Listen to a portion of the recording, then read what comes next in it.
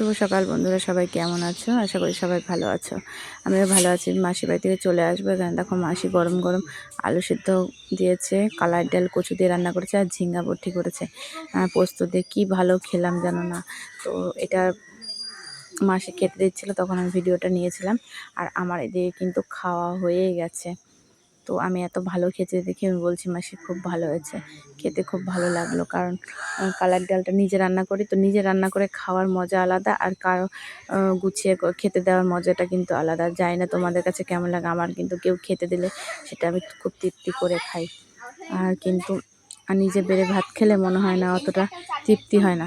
তারপর দেখো অনেক বেলা হয়ে গেছে, তারপরে আমি বাড়ি চলে আসবো দেখে মাসি বলছে ভাত খেতে। আমি বলছি আমি আর ভাত খাবো না। তো মাসি আমাদের জন্য পায়েস রান্না করেছে।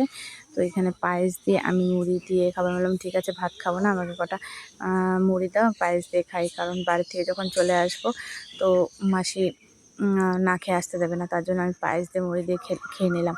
আর আমার পায়েস দিয়ে মুড়ি দিয়ে খেতে না আমার বেশ ভালো লাগে।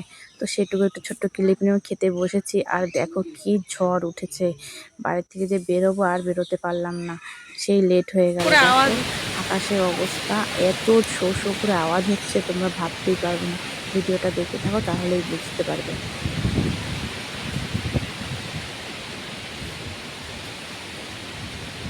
কালো হয়ে গেছে।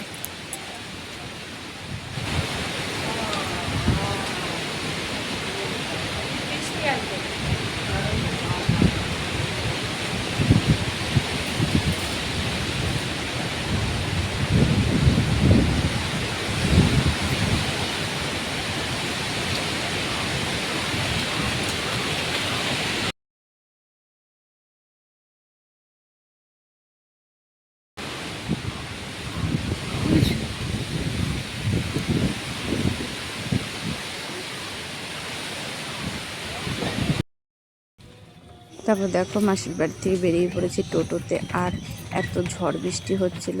তারপরে রাস্তার অবস্থা এত খারাপ, এত ঝাঁকুনি না বাবা, আমার যেন মানে কী বলবো, একটা অসহ্য ব্যাপার লাগছিল এত ঝাঁকুনিতে। তারপর যখন মেন রাস্তায় উঠে গেলাম, তারপর তো রাস্তা বেশ ভালো। দেখো বৃষ্টি হয়েছে না, চারিদিকে একদম শান্ত পরিবেশ, বেশ ভালো লাগছিল তখন। তারপর চলে গেছিলাম একটা বাড়িতে। তো কেন গেছিলাম এই বাড়িতে পরে তোমাদের ভিডিওতে বলবো। তো দেখো আমি আর সেই বাড়িতে কাজটা সেরে যখন চলে আসছি, মনে হচ্ছিলো ভগবানকে একটু দর্শন করে আসি। তো এখানে আমি পুরো ভিডিও নিতে পারিনি, শুধু বুড়ো শিবের একটু ভিডিও নিয়েছিলাম। আর দেখো মন্দিরটার ভেতরে আমি যেতে পারিনি, ভেতরটা তোমাদের দেখাতে পারিনি। অন্য কোনো সময় যখন আবার যাব, আমার সমস্যার সমাধান হয়ে গেলে তখন তোমাদের আবার আমি দেখাবো কেন আমি ওখানে গেছিলাম। আশা করি তোমাদের ভালো লাগবে ভিডিওটা। তো দেখো তারপর যখন আসছিলাম রাস্তার বাড়িটার সামনে দিয়ে, দেখো কত সুন্দর করে ফুলের বাগান করা আছে, বেশ ভালো লাগছিল। কিন্তু আর মাসি আর আমি বলতে বলতে আসছিলাম যে মাসি বলছে আবার আসিস, আমি বলছি হ্যাঁ ঠিক আছে আবার আসবো। তো রাস্তাটা কিন্তু বেশ সুন্দর লাগছে, দুপাশে ফুলের বাগান বা জঙ্গলও আছে তার সাইড থেকে। তারপর উঠে পড়লাম বাড়ির উদ্দেশ্যে। দেখো তারপর চলে যাচ্ছে আমি রানাঘাট স্টেশনে। তো রানাঘাট স্টেশনের কাছে চলে আসলাম।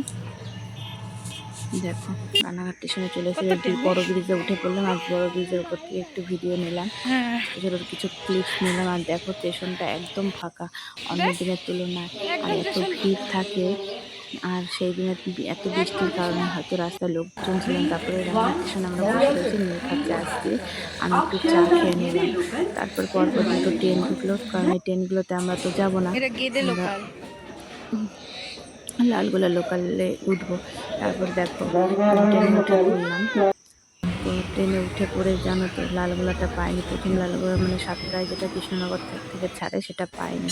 তারপরে একটা আমি যে ট্রেনটায় উঠেছিলাম এই ট্রেনটা জানো তো একটুর জন্য আগের ট্রেনটা পেলাম না, উঠে দাঁড় করে রাখলো। তারপরে নেমে পড়লাম বাড়ি যাওয়ার জন্য। তারপরে বড় মেয়ের জন্য একটু খাবার নিয়ে বাড়ি চলে গেলাম। তোমাদের ভিডিওটা ভালো লাগে অবশ্যই পাশে থেকো।